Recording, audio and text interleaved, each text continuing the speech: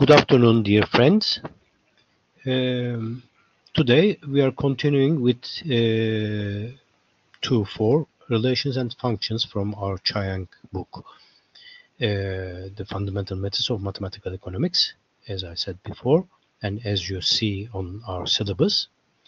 So we are at the chapter 2 and the subheading 2.4 Relations and Functions.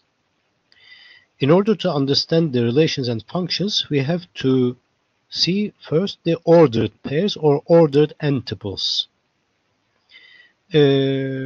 Well, you know that the order of elements is not important in sets. In a set, you can order the elements as you wish. The set, as long as the elements are the same, the order is not important. The set is the same set. But when we come to the ordered pairs and ordered n-tuples, the order is crucial. It's vital in ordered n-tuples. Just to see an example, well, we know you know that we express the sets with these beautiful parentheses, these accolades, and the set AB is equal to the set BA, but the pair or the two-tuple, you can call it as well the two-tuple, AB, A, comma B, is not the same as B, comma A. The pairs or two n-tuples are shown by usual parentheses, not with accolades, with the beautiful parentheses, but they are shown with usual parentheses, the smooth parentheses. So the pair A, comma B is not the same. It's not equal to the pair B, comma A. This is important. This is vital. This is crucial. Never forget this. And in order to illustrate this with an example, with a very good example from the book, just think that the first element in the pair shows the age in years. You have a person, you have the age of that person. Each element, each entry in a pair or in an n-tuple shows another particular trait, another speciality, another trait, another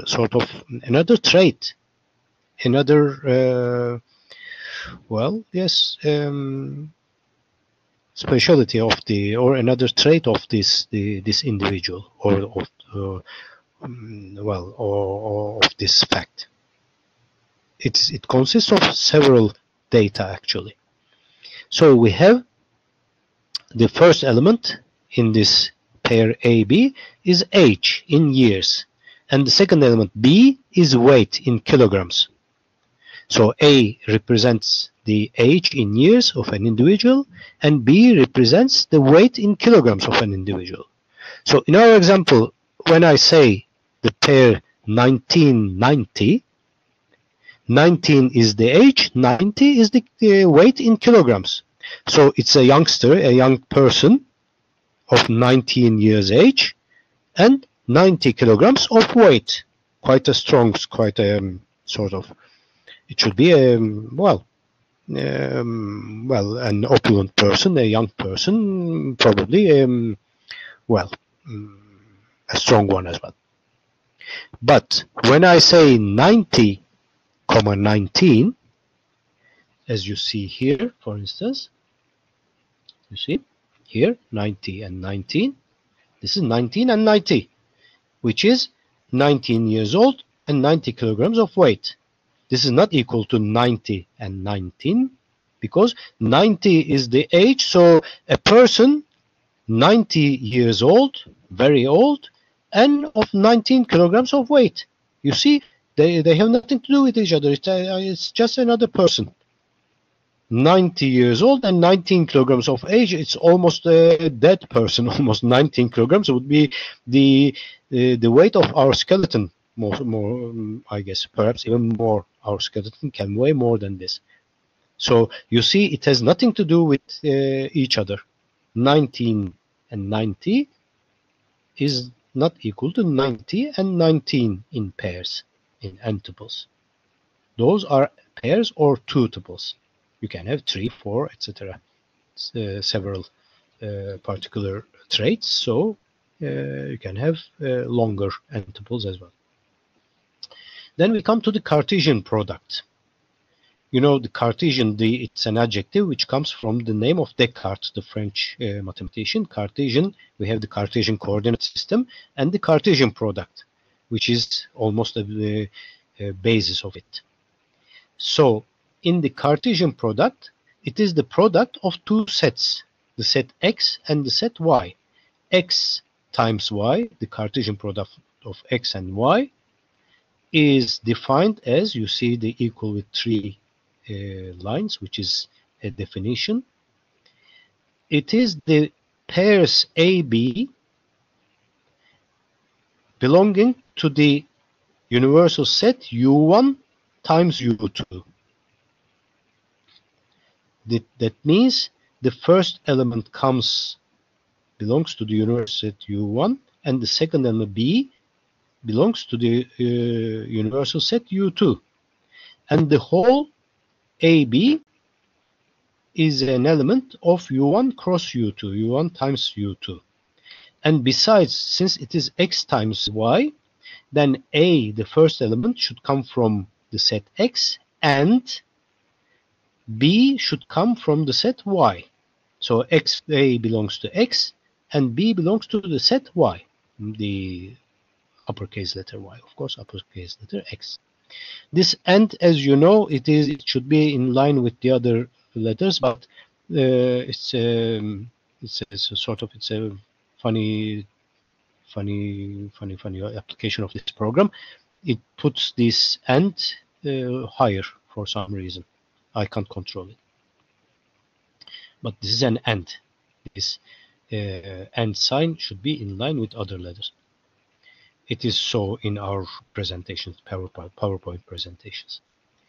Example of this fact: X is the set 1, 2, and Y is the set 3, 4. So what is the Cartesian product X times Y? It is the set of all possible pairs, so that X comes from 1, 2. So the first element comes from the set X, which is 1, 2. And the second element comes from the set Y, which is 3, 4. So the possible pairs having this property are 1, 3, 1, 4, 2, 3, and 2, 4. You see, these 4 pairs or 2 tuples form the set X times Y in Cartesian product. That's what we show, in fact, on a Cartesian coordinate system. We have the X coordinate and Y coordinate. So we just draw the pairs, the points. Each point on a Cartesian product shows a pair of numbers. 1, 3, 1, 4, 2, 3, 2, 4. All these we can depict on a Cartesian coordinate system with two lines of real numbers. R square, this should be a little bit higher, R square, is R times R in Cartesian product. What does it mean? This means the set of all pairs AB such that A belongs to R and B belongs to R. R times R, or R square, is in fact the surface of the paper or of the blackboard, the whiteboard, where we draw the Cartesian coordinate system. R by R is two lines, two number lines, real number lines crossing each other, R times R. It is the meaning of Cartesian coordinate system, in fact. So A belongs to R and B belongs to R. So this is a two-dimensional space. We can write it or say it in shorter form, 2D space, two-dimensional space. If we multiply X by Y by Z in Cartesian product, then we form 3 tuples, not pairs, but 3 tuples with 3 elements. The first element belongs to X, the second element belongs to Y, and the third element belongs to Z. And in this order, the order is important. You can't change the order of these.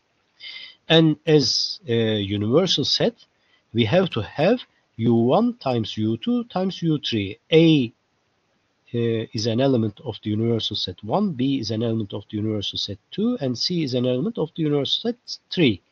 X is a subset of U1, Y is a subset of U2, and Z is a subset of U3. So that A is an element of X, and B is an element of Y, and C is an element of C. So all these three tuples A, B, C formed in this way, they constitute the X times Y times Z. And it is not equal to, for instance, Z times Y times X. It's another Cartesian product.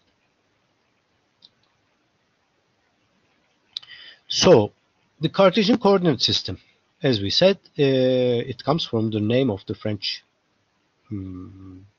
genius mathematician René Descartes, and a philosopher as well. So what do we have here?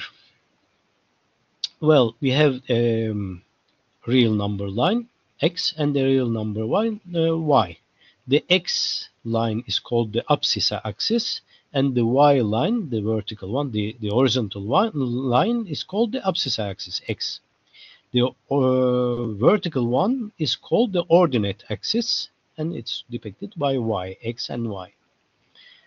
And well, we can also have, we don't have to, here they are in the first picture on the left hand side, we have x-axis, the abscissa axis, and the ordinate axis perpendicular to each other in right angle.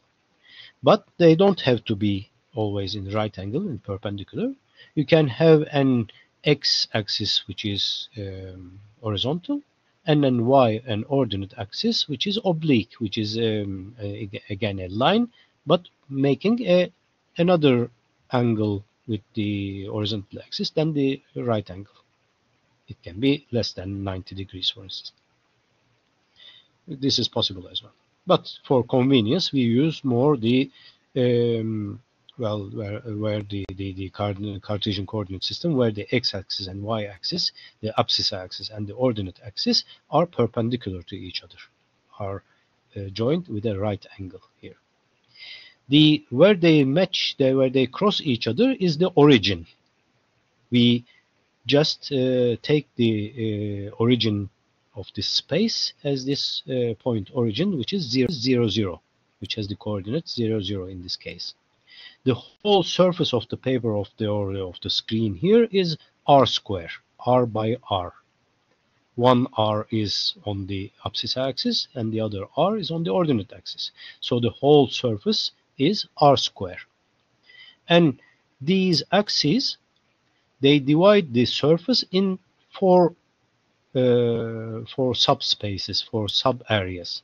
The first one, where x's and y's are both positive, is the first quadrant.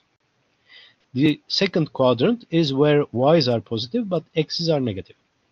When both are negative, then it is the third quadrant, and where x's are positive and y's are negative is the fourth quadrant. You see, first quadrant, second quadrant, third quadrant, and fourth quadrant. We have the same here as well. When they don't make a right angle, these axes, you still have the first quadrant, second quadrant, third quadrant, and fourth quadrant. They divide these axes, they divide the surface, the whole space, in four quadrants. All right, so how do we show the points on these? It is simple. We just take x1 and unite it to y1 to form the point x1, y1. You see, we start from 0, from origin, 0, 0, and we go in the x direction and in the positive sense, for instance, to reach x1. And then we turn to the vertical direction and positive sense, and we just go up to y1. When we unite these two coordinates, x1 and y1, we obtain the point, this point, which has the coordinates x1, y1. If I want x1, y2, then I unite x1 and y2. I just take sort of the distance x1 from the origin on the x-axis and y2 from the origin on the y-axis in the positive directions, and I obtain the point x1, y2, and so on. Some of the coordinates can be negative as well. If both x and y are negative, then I am in the third quadrant. You see? And the same can be obtained in the Cartesian coordinate system at the right-hand side as well. Here, the coordinates, it's the same thing. The only difference is that the y-axis is not totally vertical, but it's oblique. It has a sort of skewed angle, skewed sort of line, which makes less than 90 degrees of angle with the horizontal axis. This is the difference. All the other things are the same. You see? So we can also use this, but for convenience, it's much easier to use a vertical and horizontal axis. So axis making a right angle of 90 degrees. So it's better. See?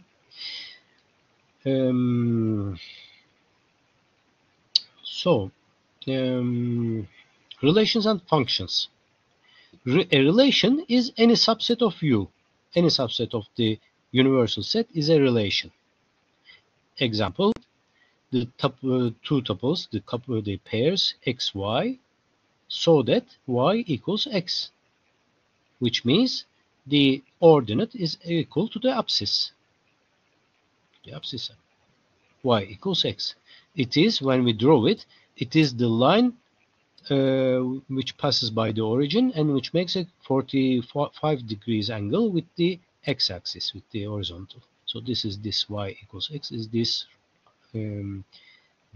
line, and this is a relation. Y equals 2x is a relation. X equals a is a relation. Y less than equal to x is a relation as well. All those are relations. But a function is a special type of relation. All functions are relations, but not all relations are functions. Relations are a wider class of objects. Functions are a subset of relations. So what is the difference? A relation, so a function is a relation associating each starting point abscissa, x, to at most one arrival point, ordinate, which is ordinate, y. So for each x, it associates each x to one y, not more than one y. A function associates each starting point x to at most one y, not two or many y's, two or many ordinates. You see, this is the difference. The functions are also called mapping or transformation.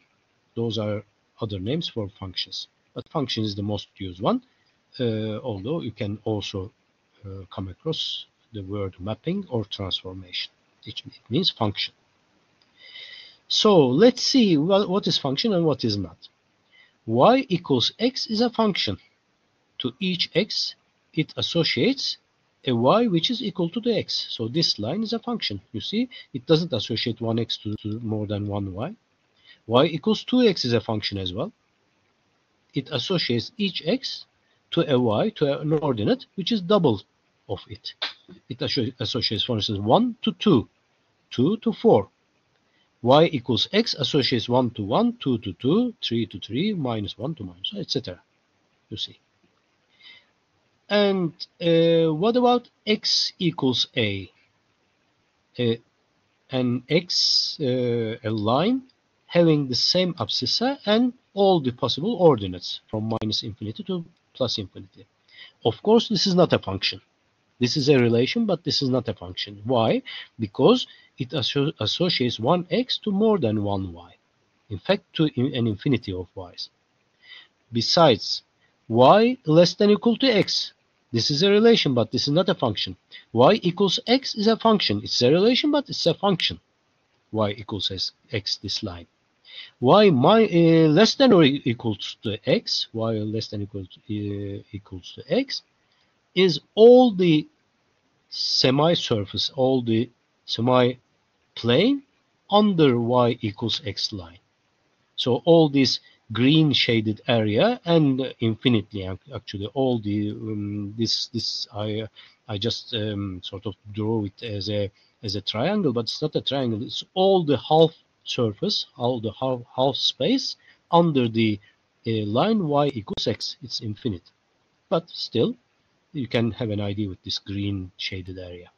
So you see, to each x we have all the possible y's which are smaller than y equals x. This is the area under the line y equals x, and y less than equals to x is it's not a function, but it's a relation. It's any relation, but it's not a function. You see? So here we have some functions. All these three diagrams are functions. They show functions. They are Cartesian coordinate systems. You see x-axis, y-axis, abscissa axis, and ordinate axes. So we have, for instance, here x1 and x2 on the on the leftmost diagram. We have x1 and x2 having the same y, but it doesn't cause a problem, because a function can associate two x's to a one y. But if it associates one x to two or more y's, more sort of arrival points, then it is not a function, it's a relation. This diagram, y equals fx, this curve shows a function. It associates two x's to one y, it's okay. Here, for instance, we have another, at the middle, we have another curve which makes more ups and downs, which moves more. And here we have 1, 2, 3 x's, x1, x2, x3, all are associated to a 1y, y0, for instance. Still, it is a function, no problem. And in fact, at the rightmost diagram, we see a constant function. What is a constant function? A function associating just one real value to all x's, from minus infinity to plus infinity. So it associates just one y to all axes, all x values, all the abscissa values. And this is yet a function, you see. A univariate, one variable function, can be compared to a meat grinder machine. You know, the meat grinder, where we put from one end meat pieces, and then from the other end you get minced meat. This is the meat grinder machine, meat grinder. It is used in in butchers' shops and in supermarkets as well, where you buy the minced meat. So you see, and from one end we put one x's, which can be compared to meat pieces, and from the other end we get y's, which can be compared to minced meat. You see, this is a function. So they can be represented with these symbols. F or G represent, mostly one uses F and G to represent functions, but they are not limited to these. There are other symbols as well, like Greek phi, or well, you can represent with any letter. But most used ones are F and G. F, in order to represent a function, you first put its domain of definition and its range, which means from which, it's a relation, it's a function from which set to which set. From this one is from R to R, from real numbers to real numbers, all right? And then you write down the typical element from X to Y. You see, R to R is from the universal set R to the universal set R, and typical element from X to Y. This function is represented in this way. It's a general representation. You can write down y equals fx, which means the same, z equals gx, some different functions, y equals phi x, this is a Greek phi letter, which is similar to F but in Greek. F is Roman, phi is the Greek letter phi. Or this should be something like psi, I guess. Psi x, phi x, y equals phi x, so z equals perhaps rho x, this one, or psi x, anyway. You have a list of all these Greek and Greek letters and symbols at the end of the book. And I just sort of sent you the book with my first or second email to you, and you can find it on, I think, if I have put it on your course page at the Anküzef as well. All right. So if not, I can put it, but I sent you to your emails. So x is called the argument or independent variable of the function. Y is called the value or image or dependent variable of the function. Those are the names given to these variables. X is argument or independent variable of the function. Y is the value or image. Image is the most used perhaps, and the dependent variable of the function. Because we imagine a relationship, a function from x to y. A change in x makes affects y in some way. That's the model we have in mind. df, this way, df, d sub f, is the domain of definition of the function, where the x values have an image, have a y value. They are associated to a y value. If there are x values which are not associated to a y value, we should just exclude them from the domain of definition. df is the domain of definition of the function. Rf is the range of the function, which is all the y values, all the image values possible. It is the set of all images of the function, range of the function, which is y's. Domain of definition is the set of x's. Range of the function is the set of all possible y's. You see? But they should be associated. They should not stand alone. An example, an economic example is the cost function. C equals 150 plus 7Q. And the capacity of Q is 100. Meaning, well, we just produce some Q, whatever quantity Q is the initial of the quantity produced. We produce and sells a quantity of something. Well, pencils, for instance. So in one day, we can produce, or a machine can produce up to 100 pencils, so from 0 to 100.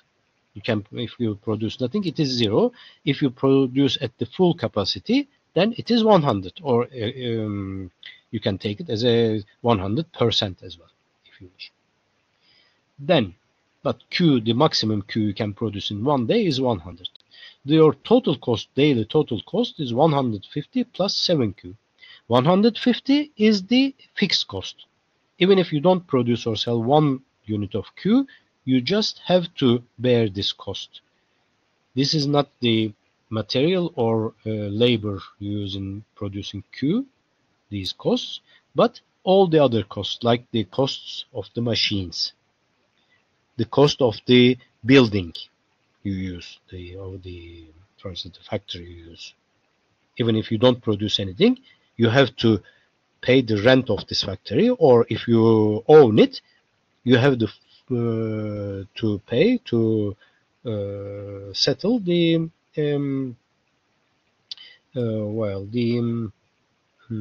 how is it called in English? I'm off this month.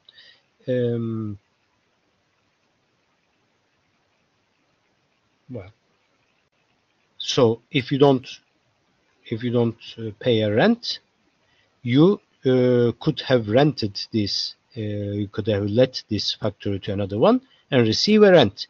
This is an opportunity cost. By using it by yourself, you bear this opportunity cost. At least you should have this. And if you have the guards or people protecting this place, even if you don't produce it, even if you don't produce one item, one unit of the item you are producing, you have to bear this cost. All these costs are in 150. This is the fixed cost. And the variable cost is 7 times Q. So each piece you produce adds to your cost 7 liras, for instance, or dollars. So 50 is the fixed cost, 7 times Q is the variable cost. When you add them up, you obtain the total cost function. This is a total cost, simple, linear total cost function. And the capacity is 100. So what is the domain of this function? What is the range of this function? The domain of this function is from 0 to 100. This is the interval from 0 to 100. 0 included, 100 included. What does it mean? It means if you don't produce anything, it is 0. Then you produce 1 unit, 2 units, etc., up to 100 units. If its capacity of Q, the capacity of Q is 100, then you can't produce more than 100 items in a day. So your domain of definition for the Q, instead of X, we have Q. Instead of Y, we have C in this function. So the Q's, the quantity produced, can take a value between 0 and 100. So this is the domain of definition, which means all the positive Q's, Q is an element of the R plus, which means from 0 to infinity. R plus plus is excluding 0 as well. R plus is including 0, all the positive numbers, real numbers, including 0. So Q is an element of R plus, so that 0 is less than or equal to Q, less than or equal to 100. This is our domain of definition. This is the explicit form. It is the more sort of description of this interval 0, 100. And this is the domain of definition of our function.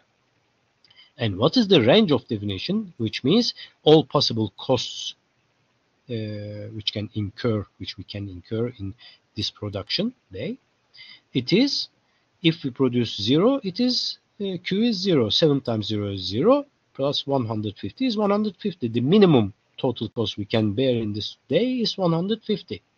And if we produce 100 units, which is the maximum, then 7 times 100 is 700, plus 150 is 850. So our range of cost, total cost, is between 150 and or 850. This is the interval.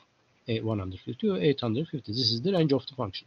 We can also write it down as more explicitly as the set of all C's costs, which are elements of R plus, which means positive real numbers, so that 150 is less than or equal to C, less than or equal to 850. 150 less than or equal to C, less than or equal to 850. You see, this is the same thing. This is the range of the function. Here you have the exercises. You try you just study the lesson, and then you try the exercises, and sometimes we can also make together. Anyway, I also sent you the solution book of these exercises, the teacher's book, the solution book. So first try without looking at the solutions, and then solve them and compare your solutions with the solution book. And then let's discuss certain of them, some of them. We should proceed like this. We should go on like this, actually. All right. So what are the types of functions? We are at the 2.5 in our Chiang book, the book of Chiang, Alpha Chiang, you know, and Kevin Wainwright, the authors of our book. And it is the chapter 2, subheading 2.5, types of functions. What types of functions we have? Here we will see a kind of a classification or a list of functions. Most of them you already know, perhaps, and some of them perhaps you will see for the first time. But no matter, you will learn all of them. So the constant functions, the simplest functions are the constant functions. What does it mean? It means y equals fx equals a constant number, a constant figure, which doesn't change at all. So this is a constant function. Example, y equals fx equals 7.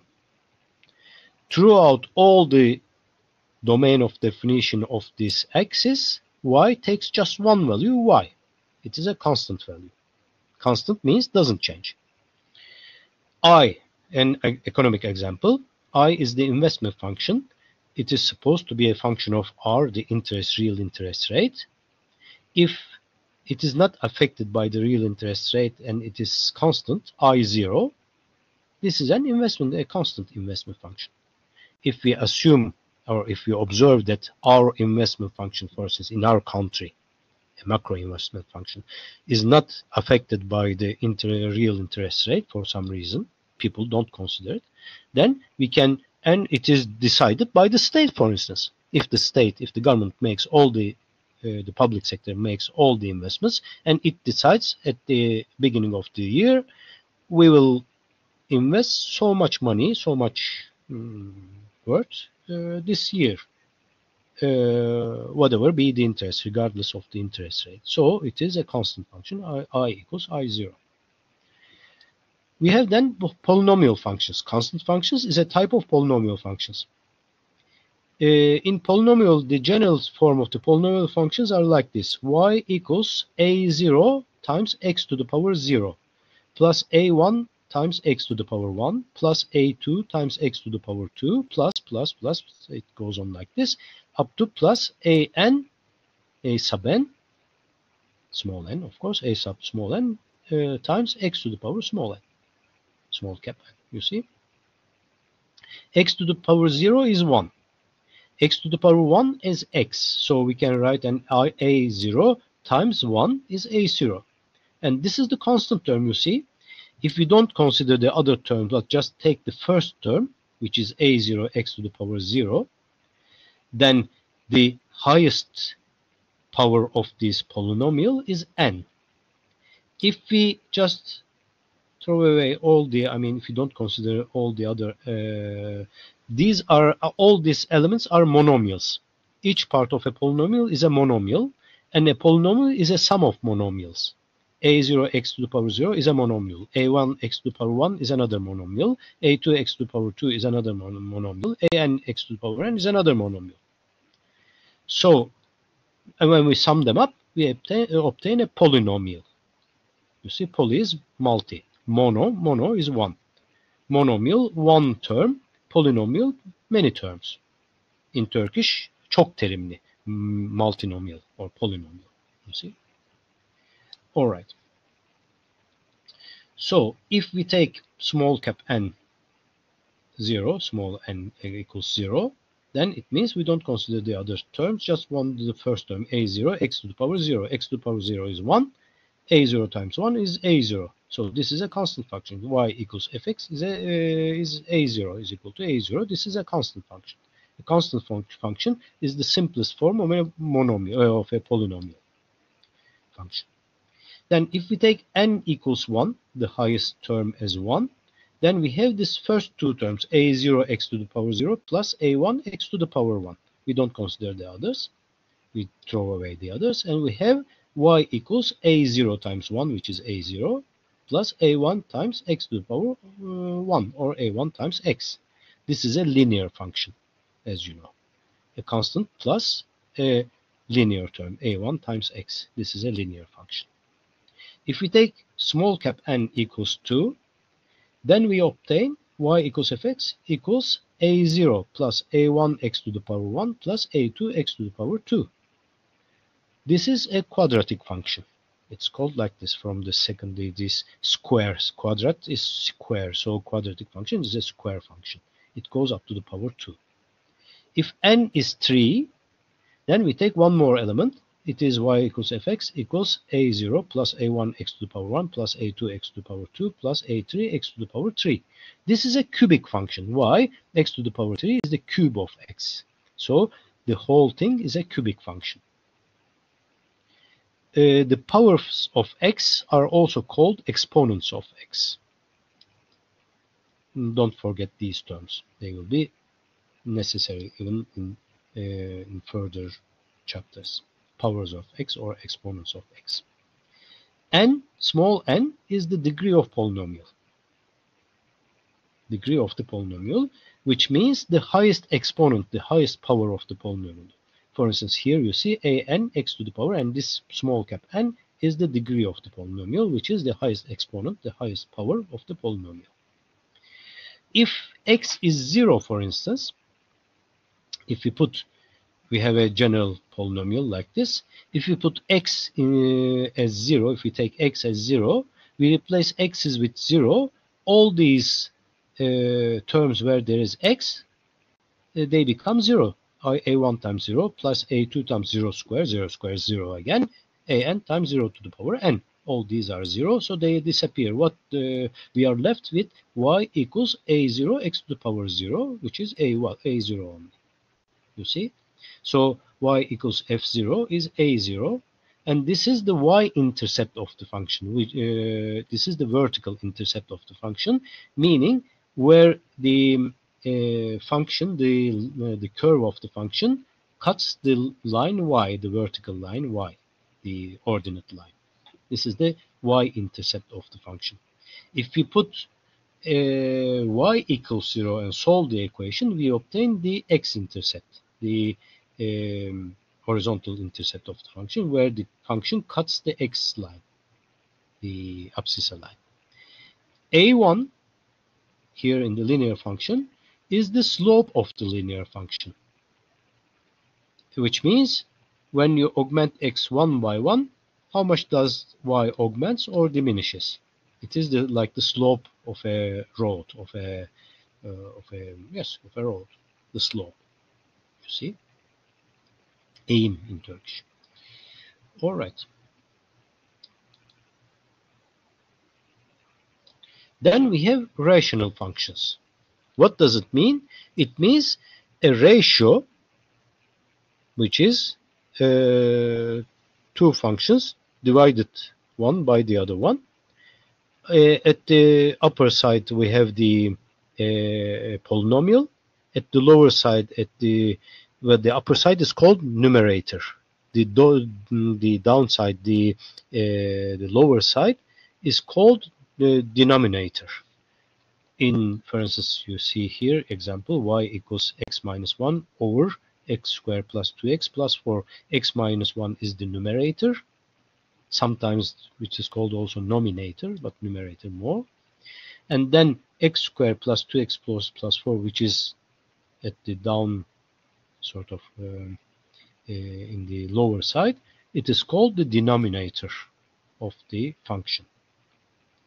And the whole is a rational function, because it is expressed as a ratio, as a rate, as a ratio, as a division, as a sort of one polynomial divided by the other one. So rational functions are functions which can be expressed as the ratio of two polynomials, you see. An example is the quadratic hyperbola. Very simple. Y equals a divided by x. A over x, a divided by x. But it is very much used. It's very, very nice function. We will see its drawing, its curve, its shape as well in the coming slide. But here, just note, if x should be different than 0, of course, in order this function to be determined. Not for indefinite, indeterminate. So x should be different from 0. If it is so, then y equals a over x can be expressed as y times x or x times y equals a. So whenever the product of two quantities, two terms, is equal to a constant, one augments, the other diminishes in order to hold the constant a.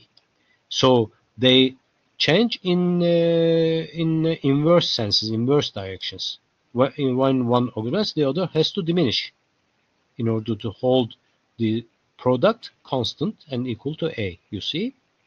And this is all we can model any behavior like this, where one of the variables augment and the other variable diminishes accordingly with this function, y equals a over x. In economics, for instance, we have the constant elastic demand functions. This is a typical function, this constant elastic demand function, which is a quadratic hyperbola. Q equals C over P. P is the price, Q is the quantity demanded, and C is a constant.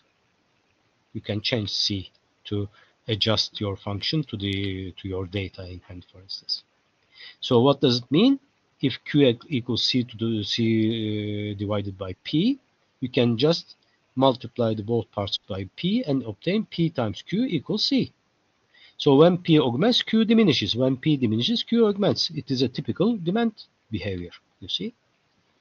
When the price augments, our wish to buy something, our demand, quantity demanded, diminishes. When the price of something goes down, it becomes cheaper, then our desire to buy this thing more augments. So the Q, quantity demanded, augments. So this is a typical constant elastic demand function. Why it is called constant elastic, we will see afterwards when we learn the derivatives and elasticities. Asymptote. This is an important concept as well.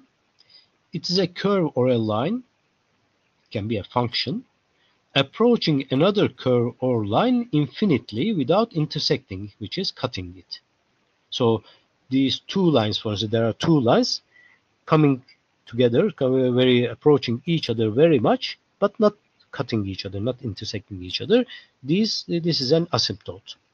And this behavior is an asymptotic behavior, you see. Then functions which can be expressed as roots of polynomials or rational functions are algebraic functions. So you have polynomials, you have rational functions which are expressed as a ratio of two polynomials, and then you can also express these polynomials or rational functions as square roots or roots of these polynomials or rational functions. Those are algebraic functions as well. Both polynomials, rational functions, and square root or roots of polynomials or rational functions are algebraic functions as well. Example is y equals square root of x squared plus 2 over square root of x to the power 3 x cubed plus 4, for instance. This is also an algebraic function. But there are also non-algebraic or transcendental functions. Those cannot be expressed as ratios, as divisions, as a ratio of something to other thing. Those are called non-algebraic or transcendental, which transcends, which goes beyond. Transcend is to go beyond. So non-algebraic or transcendental functions are, for instance, exponential functions.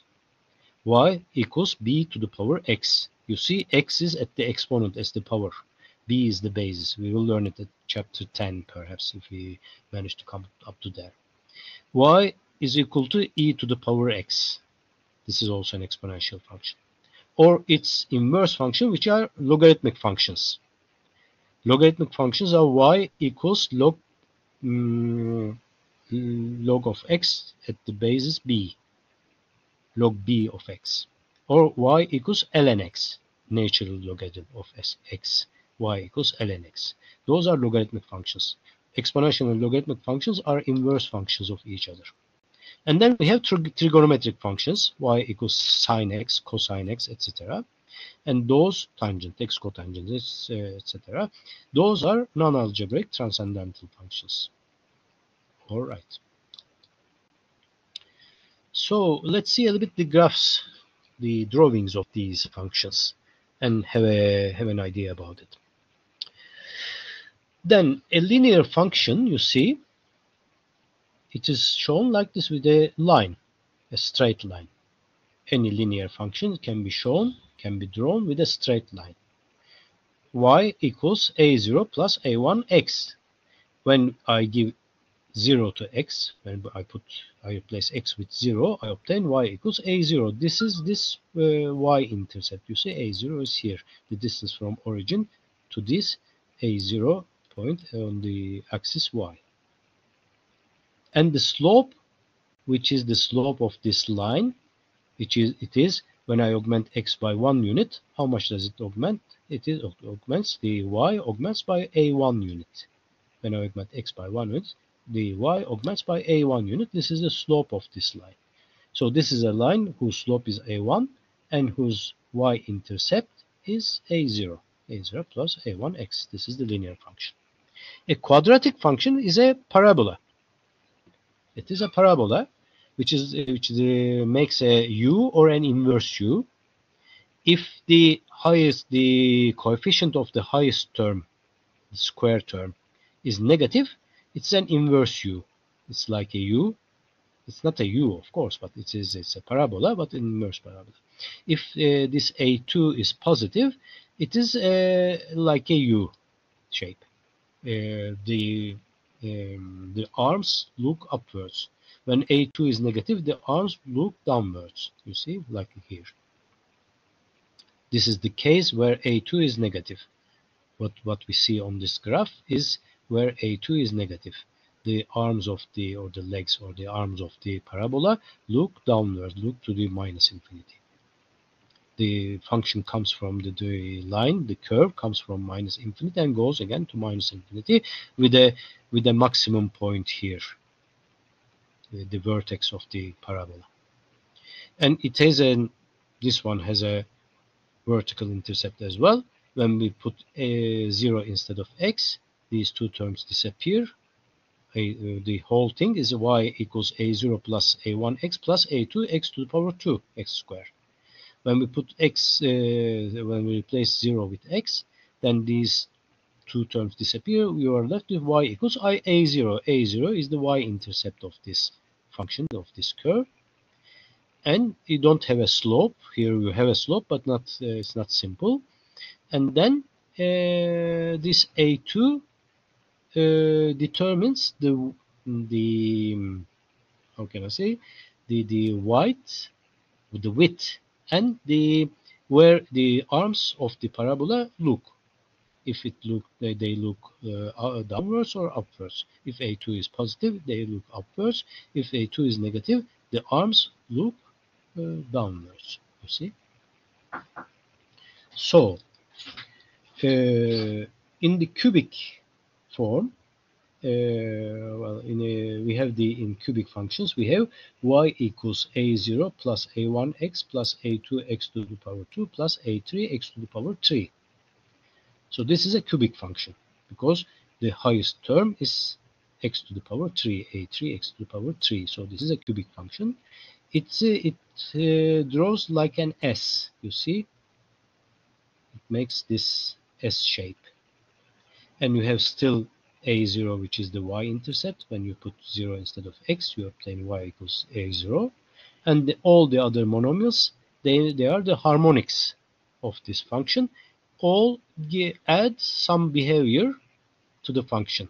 And the third term, the x to the power 3, a3x to the power 3, makes this s actually.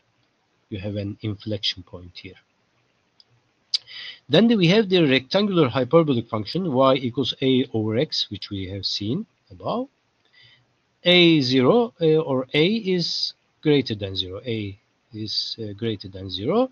So we have x, when x augments, a over x diminishes. When x diminishes, a over x augments. So we have this shape, but yet this is not very well drawn because it has another symmetric part as well.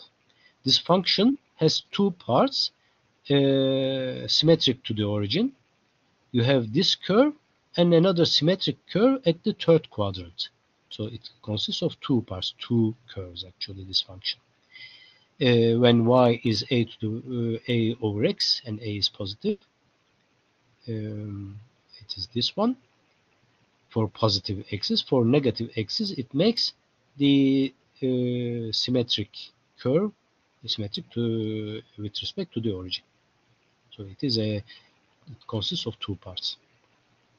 Then we have the exponential function y equals b to the power x, which is a curve like this. B is greater than 1. And this is a very, how can I say, it's a curve augmenting very speedily, very fast augmenting curve. Y equals b to the power x. Y equals log x at the basis b, log b of x, is symmetric of this function with respect to the line y equals x, the 45-degree line. you see, and makes this one. The exponential functions and the yes, the exponential functions are the functions which are augmenting, and the factorial functions, factorials and exponential functions, they are the fastest augmenting functions. Logarithmic functions are the slowest augmenting functions. The polynomials are usually between them. They augment faster than logarithms, but sort of slower than exponential functions. All right. So let's make a digression on exponents.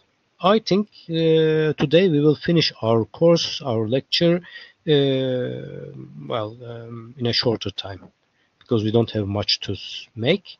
We have 14 slides at all. We are already at the 8. We don't have to make a pause, I guess. You can, when you sort of review this course, this lecture, you can always stop wherever you wish and continue afterwards. I have already sent you the PowerPoint presentation, and I will put the record. You can watch the record here, or I will put on my YouTube channel, and you can watch it there as well. I always send you the the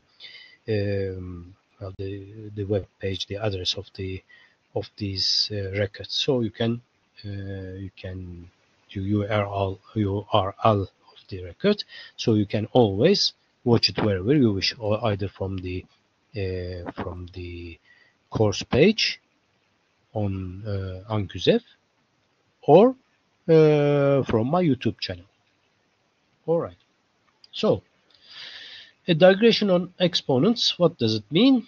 Well, we will learn how we calculate the exponents with the rules of exponents, the powers of a number, powers of x's. And this is important because we have to be able to make sort of calculations, to make some operations with these x's, with the powers, with these exponents. So we make a little digression, little recall with exponents. What is 6 to the power 2, 6 square? It is, by definition, 6 times 6, isn't it? 6 square is 6 times 6, which is 36. We know it, don't we? Then we have x to the power n, then, is x by x by x, is the multiplication of x by himself n times. If we multiply n times x with itself, we obtain x to the power n. This is the definition. X to the power n, you see, always 3 equals with 3 lines, which is the definition. It's equivalence, it is definition. X to the power n is x by x by x n times, n times. X to the power 0 is equal to 1. X to the power 1 is equal to x itself. X square is x by x. X to the power 3, x by x, isn't it? So, rule 1, which I guess you know. X to the power m times x to the power n is equal to x to the power m plus n. We sum the exponents when the basis is the same x, and the exponents when we multiply x to the power m and x to the power n, then we take x as basis, and m and n, we add them. We obtain x to the power m plus n. Example, x to the power 3 times x to the power 4. 4 plus 3 is x to the power 7. You see? Easy. So let's prove it. And the proof is easy as well. All these exponents we prove this way. But it is a proof. We should also learn how to prove things. It's a simple proof, but it's a proof. So x to the power m times x to the power n. We should show that it is equal to x to the power m plus n. Right. Let's write it down. Let's write down the definitions. What is x to the power m? It is x by x by x, m terms. We multiply x by itself m times.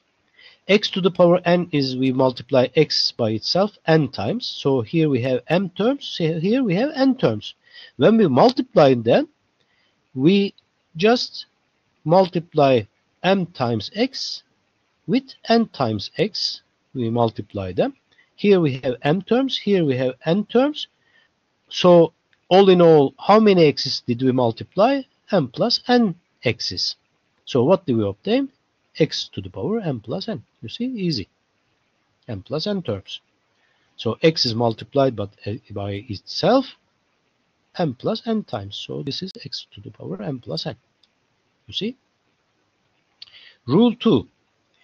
X to the power m over x to the power n is equal to x to the power m minus n. X is different than 0, of course. We mustn't have a 0 at the denominator. Then the whole function, the whole expression would become indeterminate, indefinite. It should disappear. It should not exist. It will not exist. So 0 denominator is something we don't want. So x should be different from 0. So x to the power m over x to the power n is equal to x to the power m minus n. This is the rule.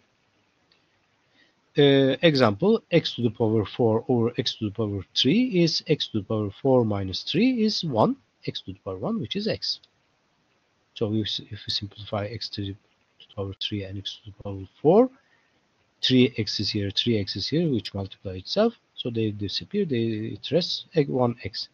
And the proof is exactly like this.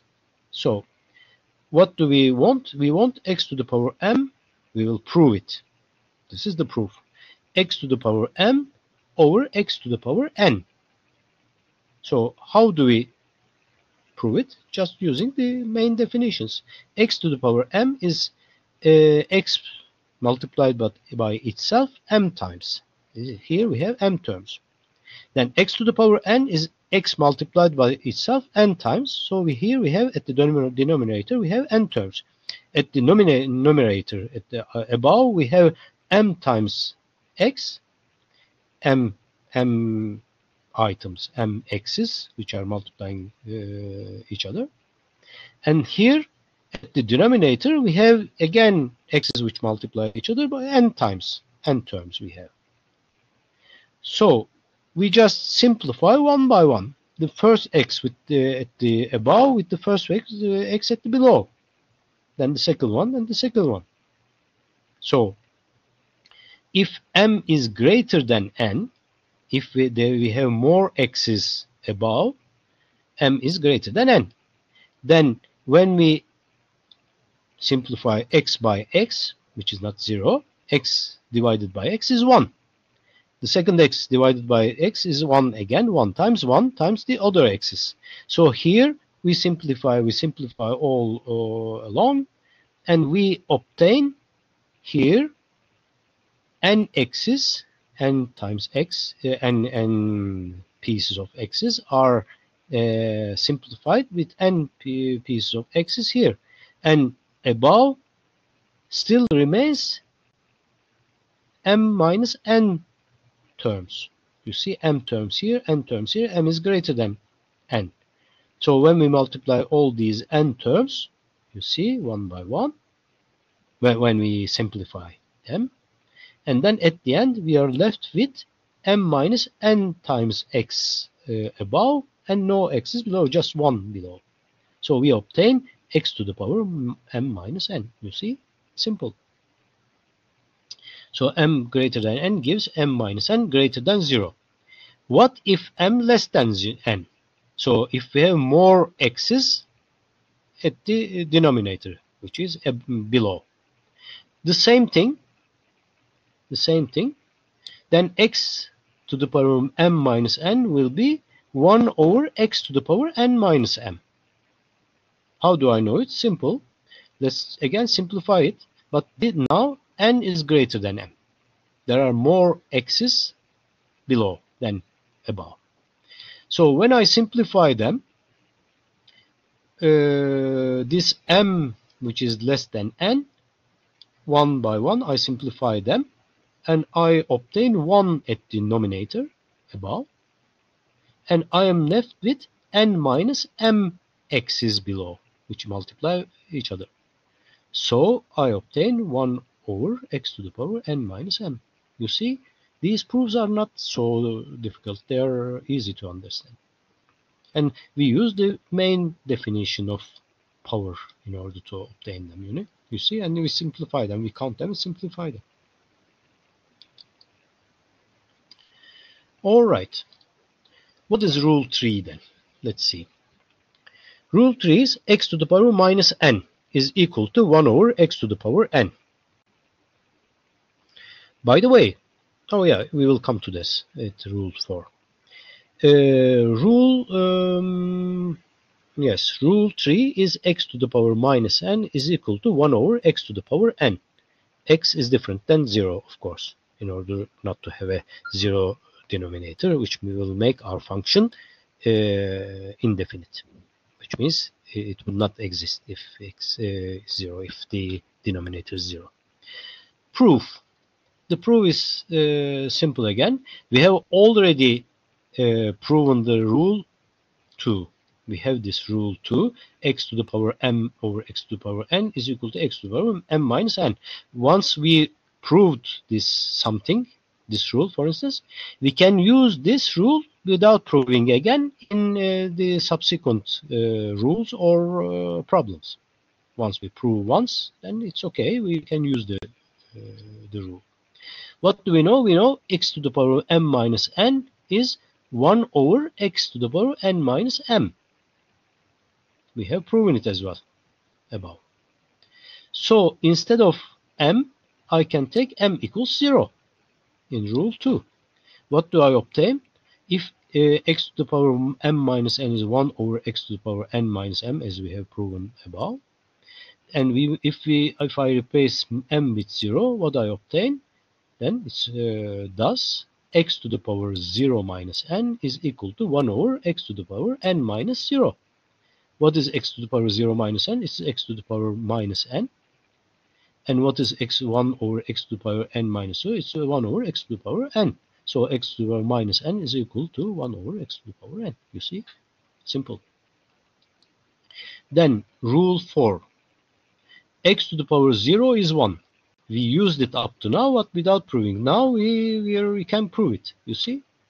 It's very simple again. X to the power 0 is x to the power m minus m. If we take m equals n in the above rule 2,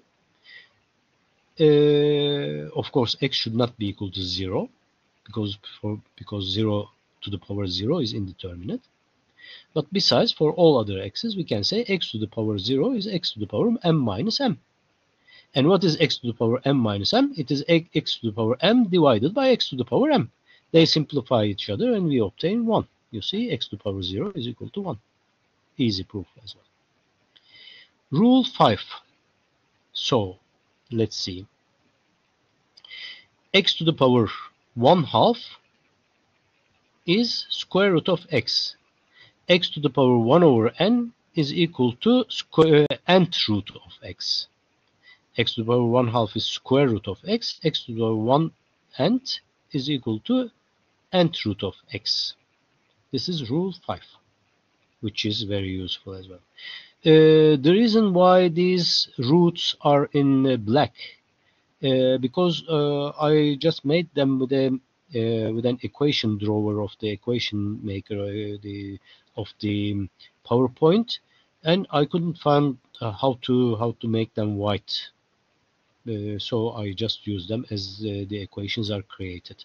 If I find the way to make them white, then I will also make it. But for the moment being, I haven't found any way to make them white. So anyway, it is readable, isn't it? So what is the proof? So what is square root of x? Square root of x is something which is, when multiplied by itself, gives x. Square root of x times square root of x gives x. This is the meaning of square root. This is the definition of the square root. Nth root of x is, when I multiply nth root of x n times by itself, I should obtain x. This is the nth root of x by definition. So I know these definitions. And besides, I have the above rules. For instance, the when x to the power m is multiplied by x to the power n, I obtain x to the power m plus n. I will use these rules. All right. So, what is x to the power 1/2 times x to the power 1/2? This is x to the power 1/2 plus 1/2, isn't it? The powers are summed. They are added. So, 1/2 plus 1/2 is 1. So the whole thing is equal to x to the power 1. And what is it? This is equal to x.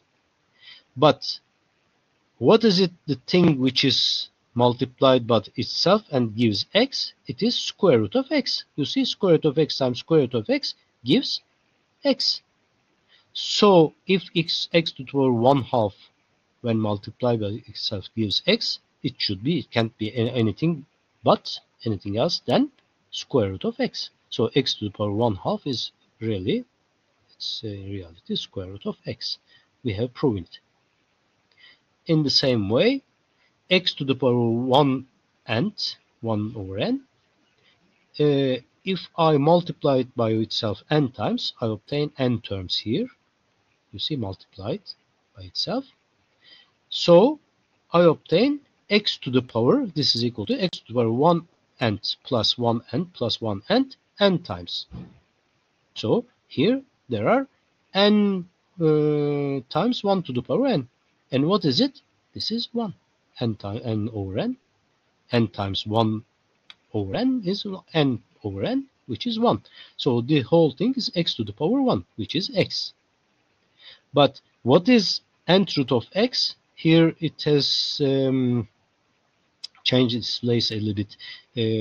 On the PowerPoint presentation it's correct, but when it passes here to this environment, collaborate, then it changes a little bit. It can deform a little bit the PowerPoint presentation. At the PowerPoint presentation, these are correct. So nth root of x times n times nth root of x by itself. When I multiply nth root of x by itself n times, then I obtain x. And what is x to the power 1 nth? When I multiply n times x to the power n by itself, I obtain x. So x to the power 1 nth, 1 over n, is really nth root of x, you see? And even this proof is not so difficult. This is quite simple, quite straightforward. All right. Then we have rule 4. Let's see. Rule 6 now. We have come up to rule 5, I guess. So now it is rule 6. It was rule 5, this one. So we are at rule 6. All right. X to the power m to the power n is x to the power m times n. All right. How shall we prove it? We shall form x to the power m to the power n. What is x to the power m? It is x multiplied by itself m times. So those are packages of m terms like this. I put in parentheses x times x times x, m times. These are packages of m terms, x multiplied by itself. And I put another package next to it and another package next to it. What do I want? Yeah, I want x to the power m to the power n. So each package should multiply again by itself n times. X to the power m to the power n means this parenthesis, which is the package, should be multiplied by the same package by itself n times. So here we have n packages, n parentheses, x to the power m to the power n. And in each package we have m terms. So how many terms, how many x's do we have in this multiplication altogether? M times n times x. In each package, in each parenthesis, m times x. And if we have n packages, n parentheses, then we obtain m times n x's, which multiply each other. So we have m times n times x. which multiply each other. So x to the power m times n. You see, we have proven. And rule 7, the last rule, x to the power m times y to the power m is x times y to the power m. Let's prove it. It's simple. X to the power m is a package of x's which multiply themselves m times. Y to the power m is a package of y's which multiply themselves m times. And I have to multiply these two packages, x to the power m times y to the power m. So when I multiply them, I obtain these. Here there are m terms, here there are m terms. It's okay. What shall I do? Just using the commutativity and associativity properties of the multiplication, the usual multiplication. Commutativity is changing place without changing the result, and associativity is grouping them. So I can take one y next to one x, the other y next to the second x, the other y next to the third x, etc. And I can form packages of x times y's this way. If I have m x's and m y's here, if I put each y next to x, I obtain one x times y. Then I'll multiply this with another x times y, then another x times y, and so on. So how many x times y's do I obtain? If I have m terms here and m terms here, I put one x next to one y, so I obtain m times x times y packages. So this is, well, x times y to the power m. You see, I departed from the left-hand side and I arrived to the right-hand side. They are equal. So I have proven the rule. You see, it's not so difficult. All right. And the exercises, you will try them, and then you will ask me the ones which are most difficult. You have also the solution book, don't forget. Then we are approaching the end. What do we have? 2.6 now, second chapter and sixth subchapter. Functions of two or more independent variables. So instead of putting the pieces of meat only in the machine, in the meat grinder, we put, what do we put? Like a meat grinder where one puts meat, bread, egg, and spices from one end, and one gets meatballs from the other end. Now, we not only put one ingredient from one side, not only meat, but other ingredients as well, and at the end, we obtain a common ingredient y, which is meatballs, for instance. Can't we? We can. This is a function of two or more independent variables, function of multivariate function it is called. A function with many variables. Çok değişkenli function in Turkish. Multivariate function or univariate function versus multivariate function. Univariate function, a function with one argument. Multivariate function is a function with more than one arguments. It can be 2, 3, 100 arguments, whatever. Independent variables. Of course, argument is an independent variable. So a typical example is z equals gxy. You put x and y in the function, you obtain z. X and y influence z somehow. This is the model.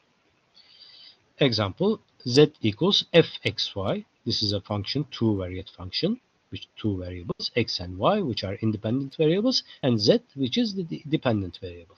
X and y are arguments of this function. Z is the output. So, a typical example is a linear two-variate function, a times x plus b times y. A and b are real constant values, and x and y are arguments. A times x, a real value, a real constant coefficient, times x plus a real constant coefficient times y. This is a linear two-variate function, ax plus by.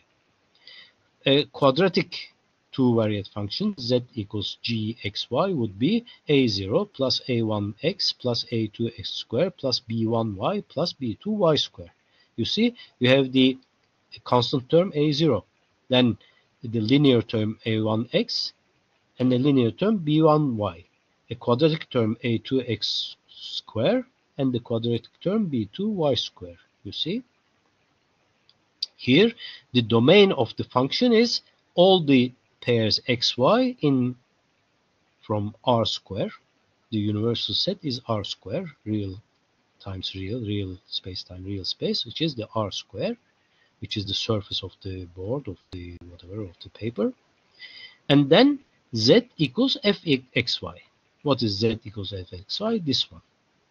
We can depict it as a well, as a kind of as an object in three-dimensional space. This one. It would be a kind of three-dimensional parabola, a paraboloid would be. And what is the range of it? Range of it are z's.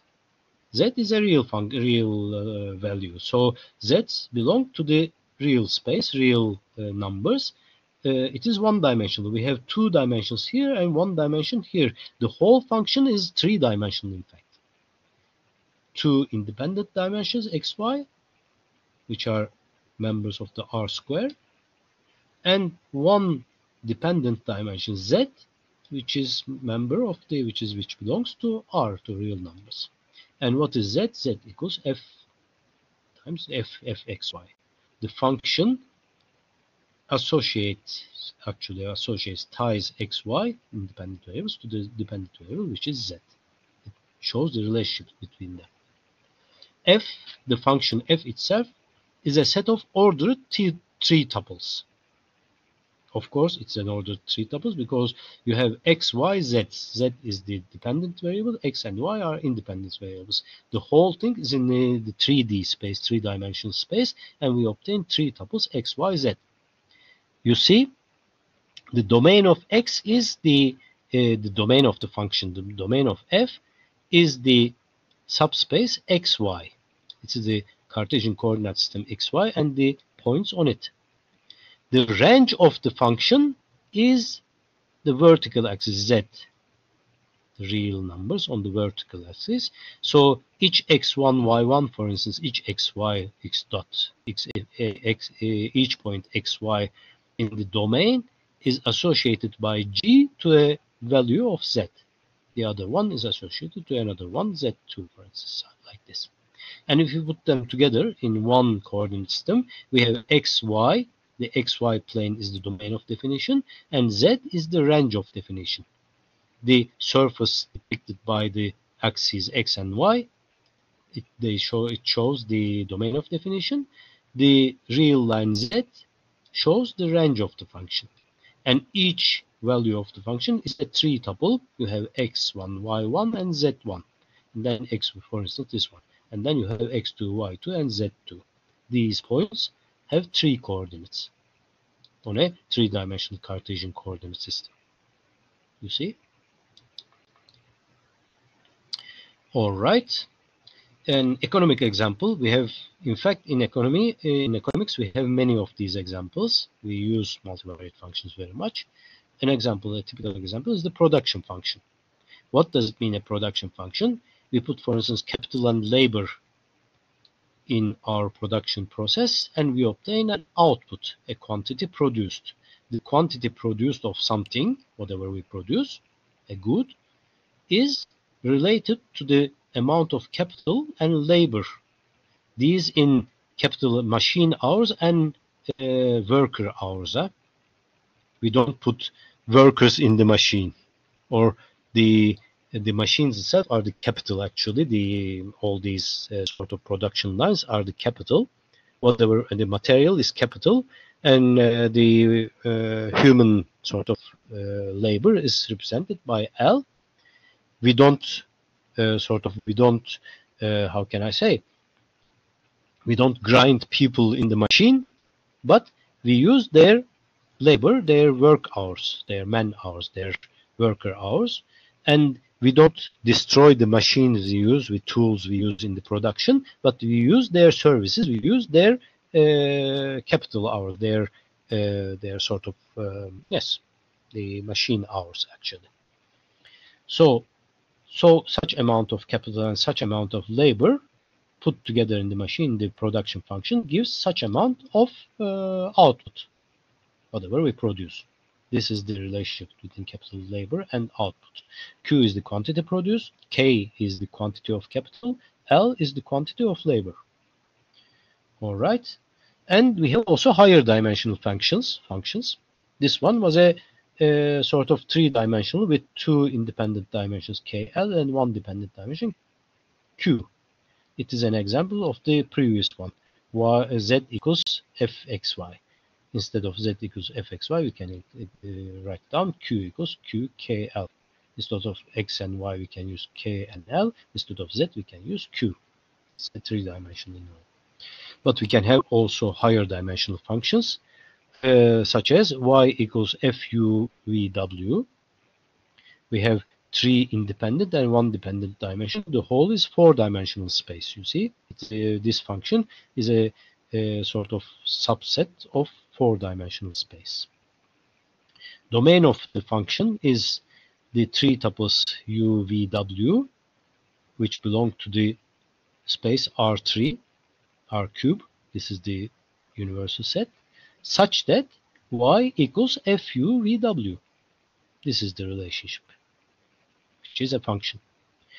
The range of this function, Rf, is all the Y values, real Y values, so Y belongs to R, real numbers, such that Y is equal to FUVW, which satisfy this relationship, this function, you see? So this is the domain, this is the range. F is a set of ordered four tuples. Of course, four tuples, because we have three tuple as a member of as an element of the domain, and one dimension as the range. So in all, in total, it makes four dimension. U, V, W, Y. You see, three independent variables and one dependent variable. The whole is a four tuple in a four-dimensional space. So a point in the four-dimensional space for the space cannot be drawn, but can be mentally figured out. We can just imagine, we can just figure out in our sort of brain, mentally, we can figure them out. And there you can figure them out like sheets flying in a multidimensional space, like sheets, bed sheets flying in a multidimensional space. You can imagine these functions like this. Three-dimensional functions, which is two arguments and one image, then we can depict them, we can draw them on a paper. But more than three-dimensional objects, we can't draw them on a paper, we can just imagine them, we can just figure out mentally.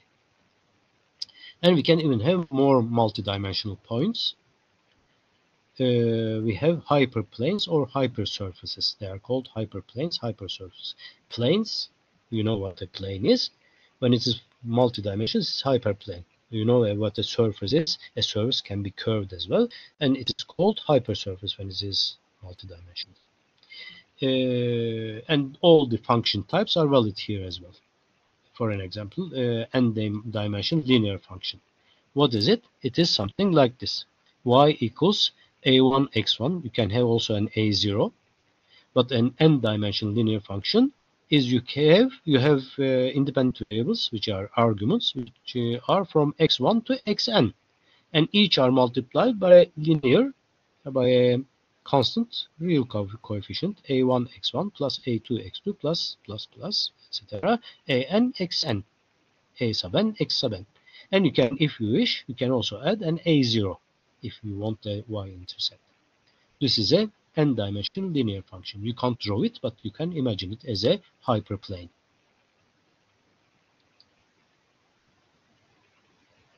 And our last slide, the levels of generality, 2.7.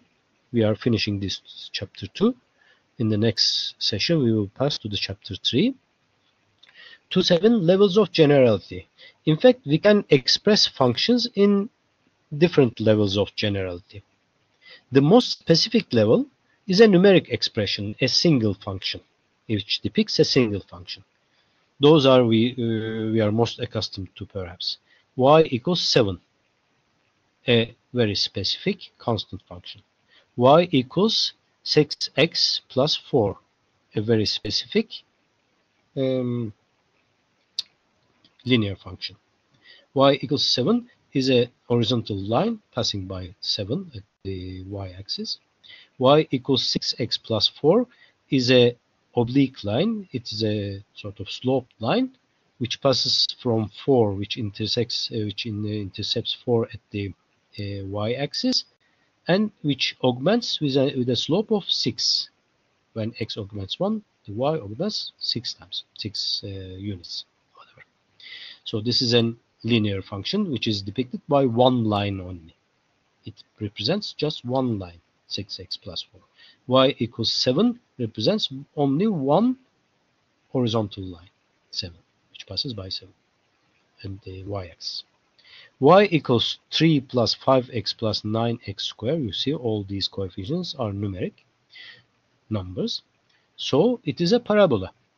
It's a curve, just one curve, which has these characteristics. It passes by 3. It cuts the y-axis at the level 3, and it has a parabola. It augments with 9. It's quite fast augmenting and upward-looking parabola. The arms of the parabola look upwards. And this is just one curve. A more general level is a parametric expression, which depicts a family of functions. Not only one curve, one function, but a family of curves or functions. When I say y equals a can take many values.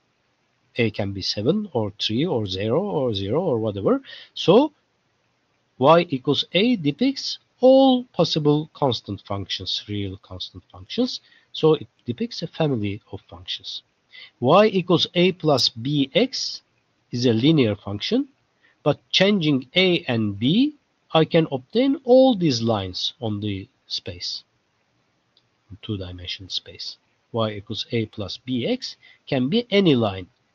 By changing a and b, it can be 3 plus 5x or minus 3 minus 5x, for instance. Two different lines. But all the lines in the space, in the two-dimensional space, I can depict them. I can express them with this general form, y equals a plus bx. It's a more general level. Similarly, y equals a plus bx plus cx to the power 2. This is a parabola, but I can express all the parabolae. The plural of parabola is parabolae. I can express all the parabolae in the space, in the two-dimensional space, with this formula. This is a more general expression, the parametric expression. There are even more general level expressions. For instance, the abstract expression, which we don't see, we don't have the functional form.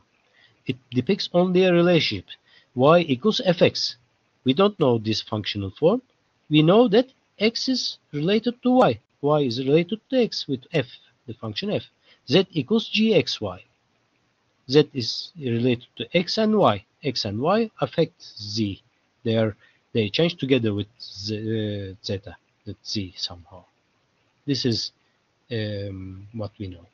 One knows, of course, the signs of the derivatives of the function f and g only. If we know, we have to know the signs of the derivatives in order to make analysis to model some behavior with them. If we don't know the signs of the derivatives, which means how x changes or z changes with x and y, or how y changes with x, then we can do nothing with these expressions. I have to know the derivatives, the signs of the derivatives, how the variables change according to each other. And the most general level, the most abstract implicit expression, is an implicit function, which means all the dependent and independent variables are given at the left-hand side, and at the right-hand side it is given as 0. It's phi of z xy. We don't even know, or we know perhaps slightly which is dependent, which is independent, but all the variables are given as a complex sort of ball something um, at the left hand side, and at the right hand side we have only 0, and one knows only the signs of the derivatives of these phi function with respect to z, x, and y. And well, at the chapter 8 of our book, these implicit functions and it's an implicit function theorem and rule are expressed, but I guess we will not have occasion to see them in our lecture this term. We need 2 terms to see these intricacies. So here we are done. We finished for today. I will just stop the recording and share the recording with you well, at the Ankuzev's site, at our course, our lecture site, and also at my YouTube, and send you the references, the coordinates for you to watch it again. Thank you very much for today. So I will stop the recording. See you soon. And as I said, if you give me or if you send me, or I gave you my phone number, my cell phone. So if you send me your cell phone numbers, we can make a small group and send you all these informations throughout. I mean via WhatsApp as well, if you wish. Otherwise, you can follow my my notes, my well, my emails to you and my messages to you from our course page. Thank you very much and see you next